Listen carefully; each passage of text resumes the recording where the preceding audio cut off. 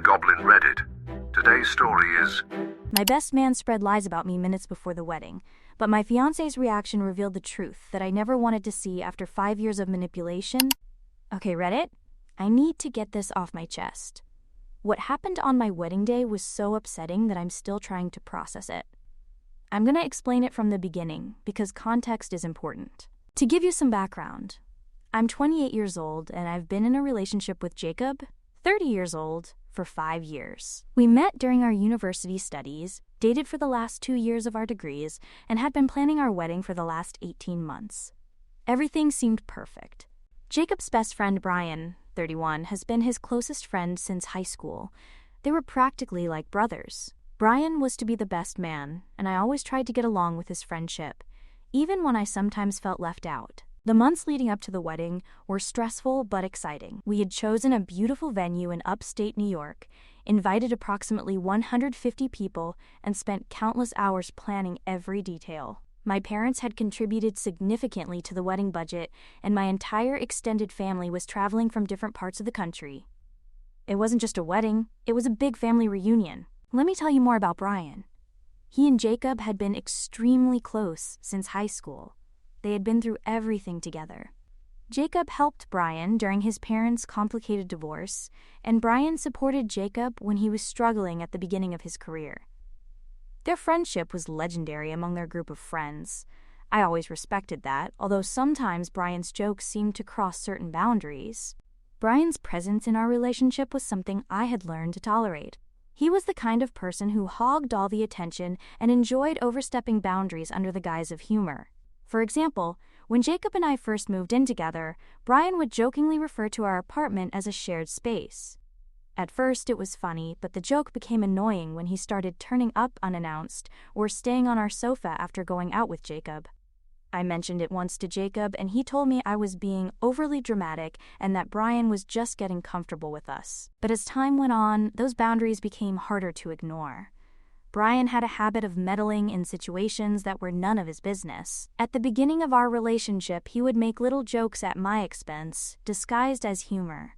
If I cooked dinner for Jacob, Brian would make a big show of tasting it and exaggeratingly pretending to retch, saying something like, "It's a good thing Jacob has me, or he'd starve." Everyone would laugh and I'd smile forcedly, but it hurt. When Jacob proposed to me, I thought things would change.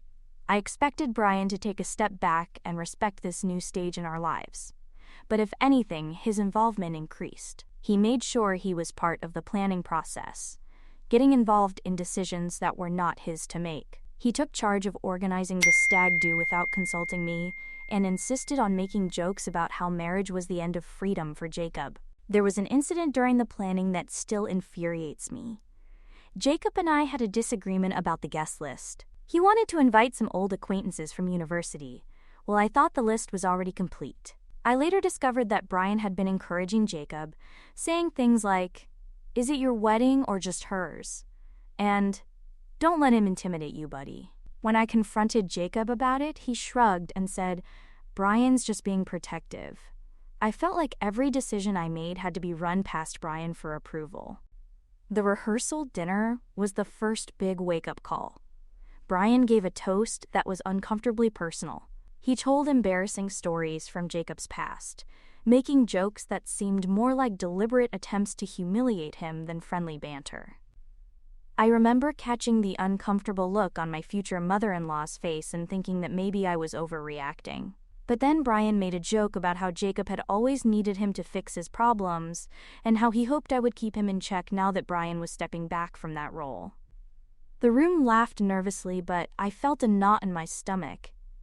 It didn't seem like a joke. That night I mentioned it to Jacob. He ignored me, saying that Brian was probably just nervous about giving a speech and didn't mean anything by it. I let it go, telling myself that I should focus on what was important, our wedding day. The morning of the wedding was very intense.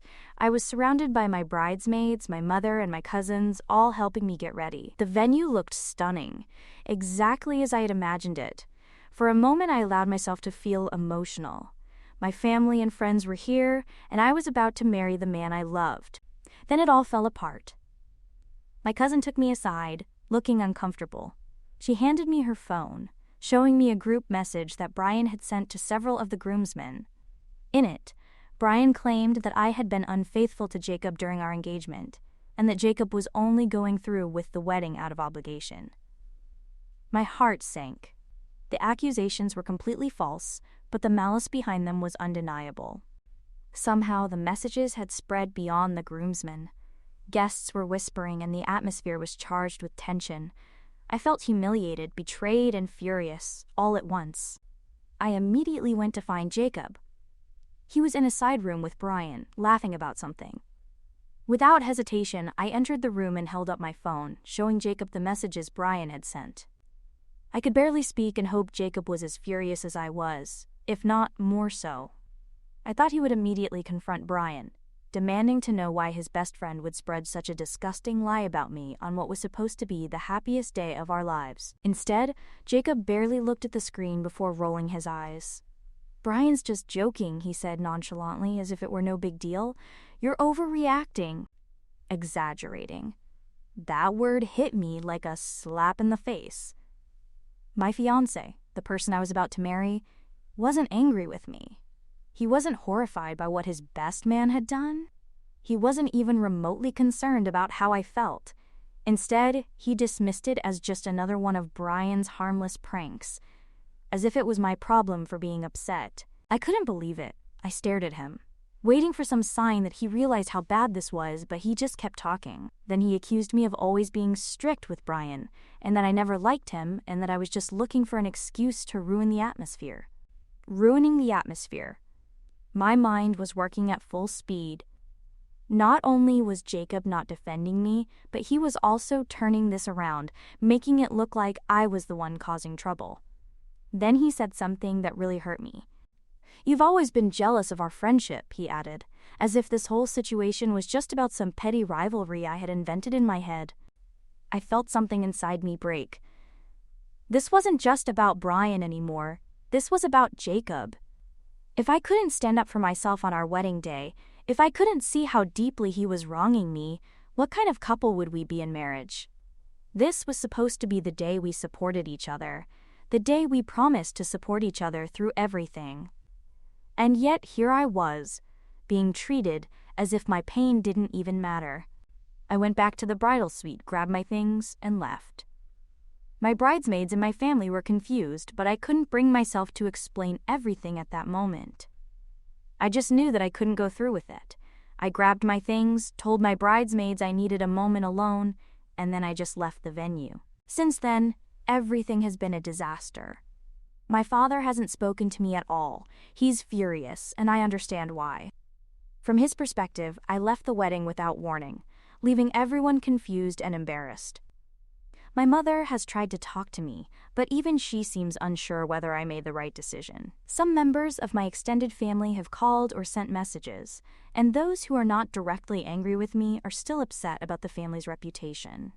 They think I overreacted and made a problem out of nothing. Jacob, meanwhile, has been leaving me voice messages almost every day. At first, his messages were angry. He accused me of humiliating him in front of everyone and ruining his life. Then they changed to apologies, but even those felt empty. He kept saying it was just a joke, that Brian didn't mean any harm, and that I needed to let it go. He kept asking me to come back and fix things, but how could I? How could I fix something that felt so fundamentally broken? And then there's Brian. The audacity of that man is almost comical. He had the nerve to send me a message calling me a drama queen and accusing me of ruining Jacob's big day, as if he hadn't played a big part in blowing it up. He made it sound like I was the problem, as if my refusal to laugh at his cruel joke was a massive character flaw. Now, sitting here, I feel a mixture of relief and doubt. Was I right to leave? Was it just a joke that I took too seriously?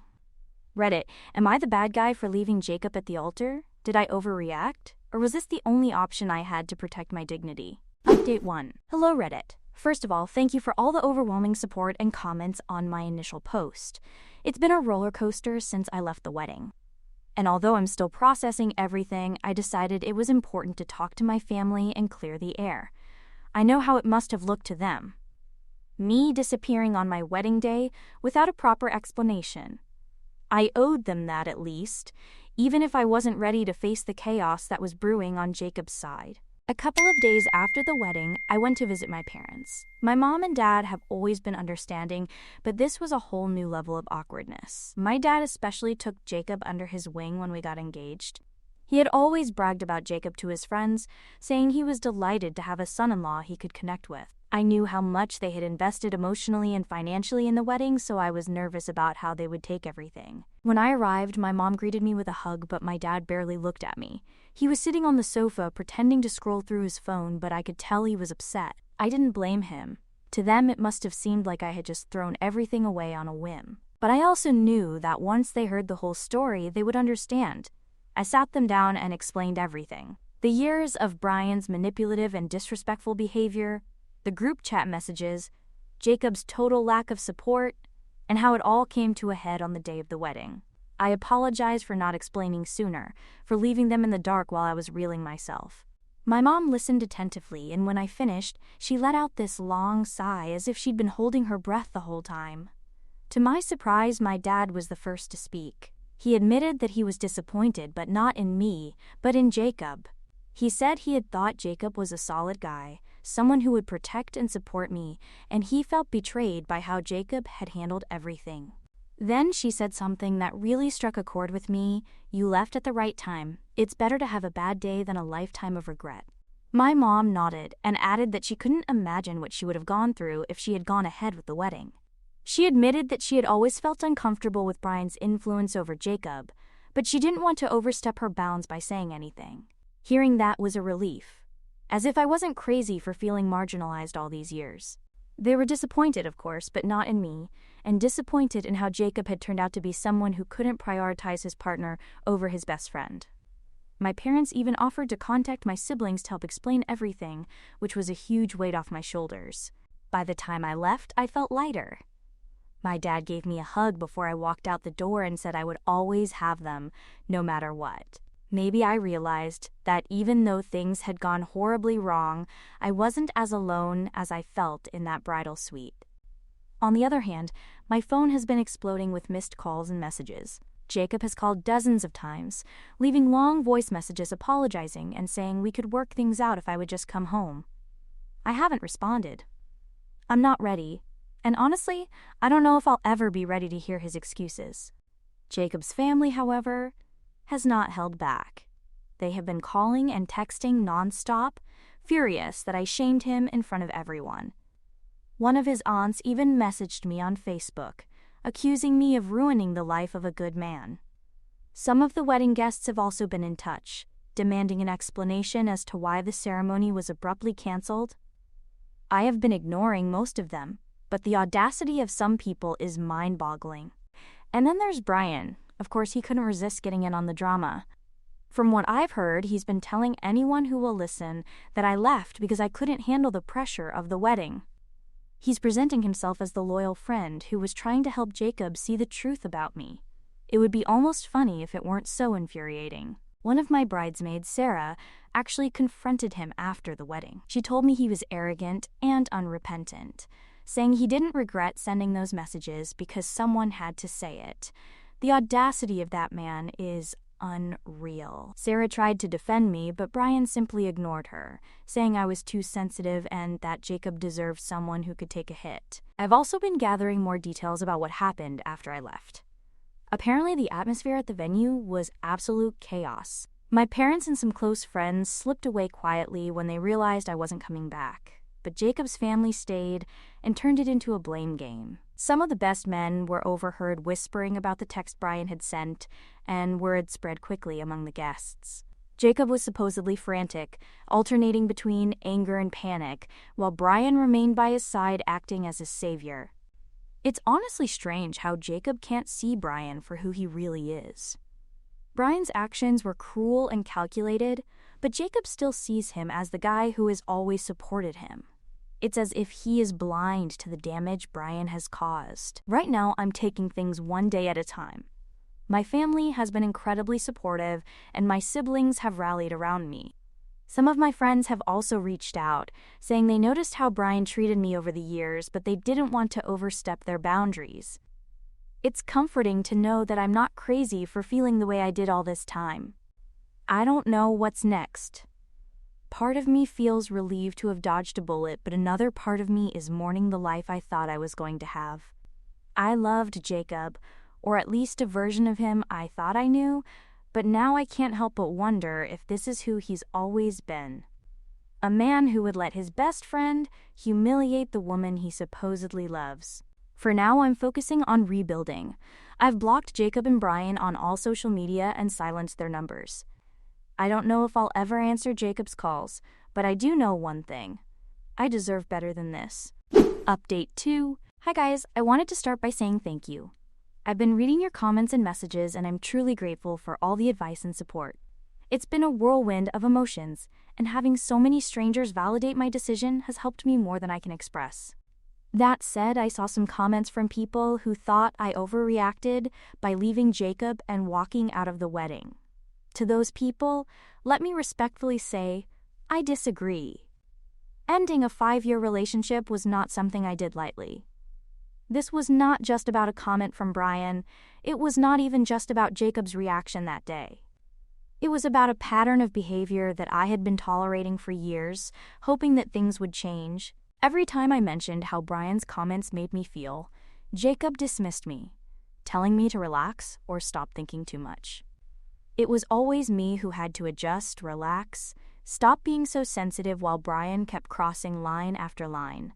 And Jacob, he always took Brian's side or, even worse, ignored him completely. Leaving wasn't about ruining Jacob's life, as some people have claimed. It was about reclaiming my own. I realized that if I didn't set a boundary now, I would spend the rest of my life swallowing my discomfort, being told to relax, and putting up with behavior that made me feel small and disrespected. That's not the kind of marriage I want, and frankly, it's not the kind of marriage anyone deserves. In any case, since my brothers found out what really happened that day, they've been my greatest allies. They've clarified the situation for some of the wedding guests who were confused or misinformed, including some of the groomsmen. Apparently, some of them weren't even aware of the group chat messages Brian sent before the wedding. Once they saw the screenshots, a couple of them actually apologized to me.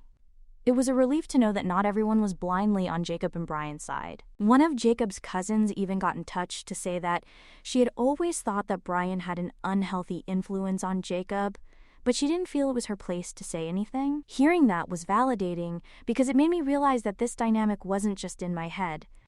Brian's behavior had been a problem for years, but everyone just accepted it as part of being around Jacob. Since the wedding, things have calmed down a bit, but it hasn't been easy. The accusations and blame that were thrown at me have thankfully started to subside. At first, Jacob's family was furious, angry with me for leaving, and I thought they would never let it go. But gradually, the intensity of their anger cooled. Some people who had been quick to blame me have since contacted me with messages of apology, admitting that they jumped to conclusions without knowing the full story. Honestly, it felt a bit like too little too late, but I appreciated the effort. The situation is still exhausting. However, it's not just the angry calls and messages I'm dealing with. Jacob has been relentless in trying to contact me. He's been leaving long voicemails, sending handwritten letters to my parents' house, and even showing up at my door. He says he's sorry, that he was taken by surprise by my decision, and he keeps begging for us to talk and work it out. But the truth is, I don't see how talking would change anything. Trust has been shattered, and I'm not sure I can ever rebuild it. The idea of having another conversation with him feels like it would drag me back to all the pain and frustration that I've been trying to move on from. One of the hardest things to deal with has been the financial consequences. It's been a disaster. Most of the suppliers were understanding about the situation and didn't give me much trouble for canceling at the last minute. But the truth is that wedding expenses are rarely refundable. Since everything was paid for in advance, most of the money is essentially gone. I had been saving for this wedding for over a year, and although my parents helped out a little, most of the costs fell on me. Things like the venue, the food, the flowers, the photographer, the bills. They add up quickly. Now it feels like it's all just vanished into thin air, and there's not much I can do to get it back. The only small ray of hope is that we hadn't signed the marriage license yet, so there is no legal marriage to dissolve. That's something I tried to remind myself of when I was getting frustrated with the financial loss. But it doesn't make it hurt any less. Talking to my parents about the money situation was really difficult. I hated having to bring it up, especially with everything else that had already gone wrong. I felt guilty that they were also losing money that they had helped contribute. My dad, as always, was the calm and rational one. He told me not to worry, that my happiness and peace of mind were worth much more than any amount of money. I appreciated their support, but I couldn't shake the feeling that I needed to make things right. My mom agreed, but she also said that we would figure it out together and that my well-being mattered much more. Although they both told me not to stress about it, I insisted that I would pay them back over time. It's not something I can easily forget, and although it may take a while to pay them back, I am determined to do so. I don't want my parents to suffer a financial blow because of this, especially as they were only trying to help make my dreams come true. I can help make my dream wedding come true. As for Jacob, I have made a conscious decision not to mention the financial side of things with him. Just thinking about having a conversation with him at the moment feels like an emotional weight I can't bear. Honestly, talking to him about anything is exhausting at this point, and the idea of adding money to the mix feels like it would only complicate things even more. I don't trust myself to be fair or reasonable about it. I still can't shake the feeling that Brian's influence is still lurking in the background. And if I had a conversation with Jacob about finances, it would probably turn into another battle that I don't need. I have decided that for my own peace of mind, I am going to handle the financial consequences with the support of my family, and that's it. I don't want to involve Jacob in this process. It's already too much. I have been staying with my parents temporarily, which has been comforting but also a bit surreal. Some friends have also been in touch to see how I am, and I have started to realize who my true friends are. A couple of people I thought were close to me haven't said a word since the wedding, probably because they are still in Jacob's camp. It hurts, but I'd rather know who is really on my side than maintain fake friendships. Little by little, I'm starting to rebuild. I've been looking into therapy to work through all of this, and I've started keeping a journal to process my thoughts. It's a long road ahead, but I'm sure I made the right decision. I've learned a lot about myself in the last few weeks, and one thing I know for sure is that I deserve a partner who respects me, defends me, and doesn't allow anyone to treat me like a joke. Update 3. Hi guys, it's been almost 2 weeks since the whole wedding day incident, and while I can't say that everything is magically better, I'm okay. Life has been slowly settling into a new normal. Some days are harder than others, but I'm learning to take things one step at a time. Things haven't changed too much, but there have been some changes. I recently moved out of my parents' house. Don't get me wrong, they've been amazing throughout all of this. But after a few weeks back in my childhood bedroom, I started to feel like I needed my own space again. Fortunately, one of my close friends had been looking for a flatmate, and the timing couldn't have been more perfect. Moving in with her has been a breath of fresh air. It's nice to have a bit of independence again, and someone to talk to who doesn't remind me of the wedding fiasco every 5 minutes. Unfortunately, Jacob hasn't let go completely. He's still been contacting me, and although his tone has changed, it's still exhausting. At first, his messages were defensive, full of excuses and justifications, but now his apologies are, well, I guess you could say, they're finally going in the right direction. He's admitted that he was wrong to take Brian's side. He told my parents that he had cut all ties with him. He even went as far as to say that he wished he had seen through Brian's behavior earlier and that he should have put me first. I'm not gonna lie, it was a little satisfying to hear that he finally understood, but it doesn't change much. Apologies are great, but they don't erase years of dismissing my feelings or the betrayal I felt on what was supposed to be one of the happiest days of my life. It's like trying to rebuild a house after the foundations have collapsed. You can't just put on a fresh coat of paint and call it fixed. Jacob's persistence has been difficult to handle. My parents have made it clear to him that there is no going back from this, but he keeps asking them where I am, hoping for another chance. It's frustrating because I don't know how many ways I can say we're over before he gets it. After thinking about it, I decided it would be best to address this directly. I wrote an email to Jacob. I felt it was the safest way to communicate without getting into another exhausting conversation. In the email, I laid everything out. I told him he needs to stop involving my parents and badgering them for information. I made it clear that we are over, that nothing I say or do will change my mind. I also warned him that if he continues with this behavior, I will have to take serious action. I didn't want to sound harsh, but I needed to set firm boundaries. I have also been dealing with some of Jacob's relatives, which has been quite an experience to say the least. Some of them contacted me, claiming that they just wanted to hear my side of the story. But honestly, their tone made it clear that they were more interested in judging me than in understanding what really happened. After a few days of ignoring their calls and messages, I finally blew my top and replied to a couple of them.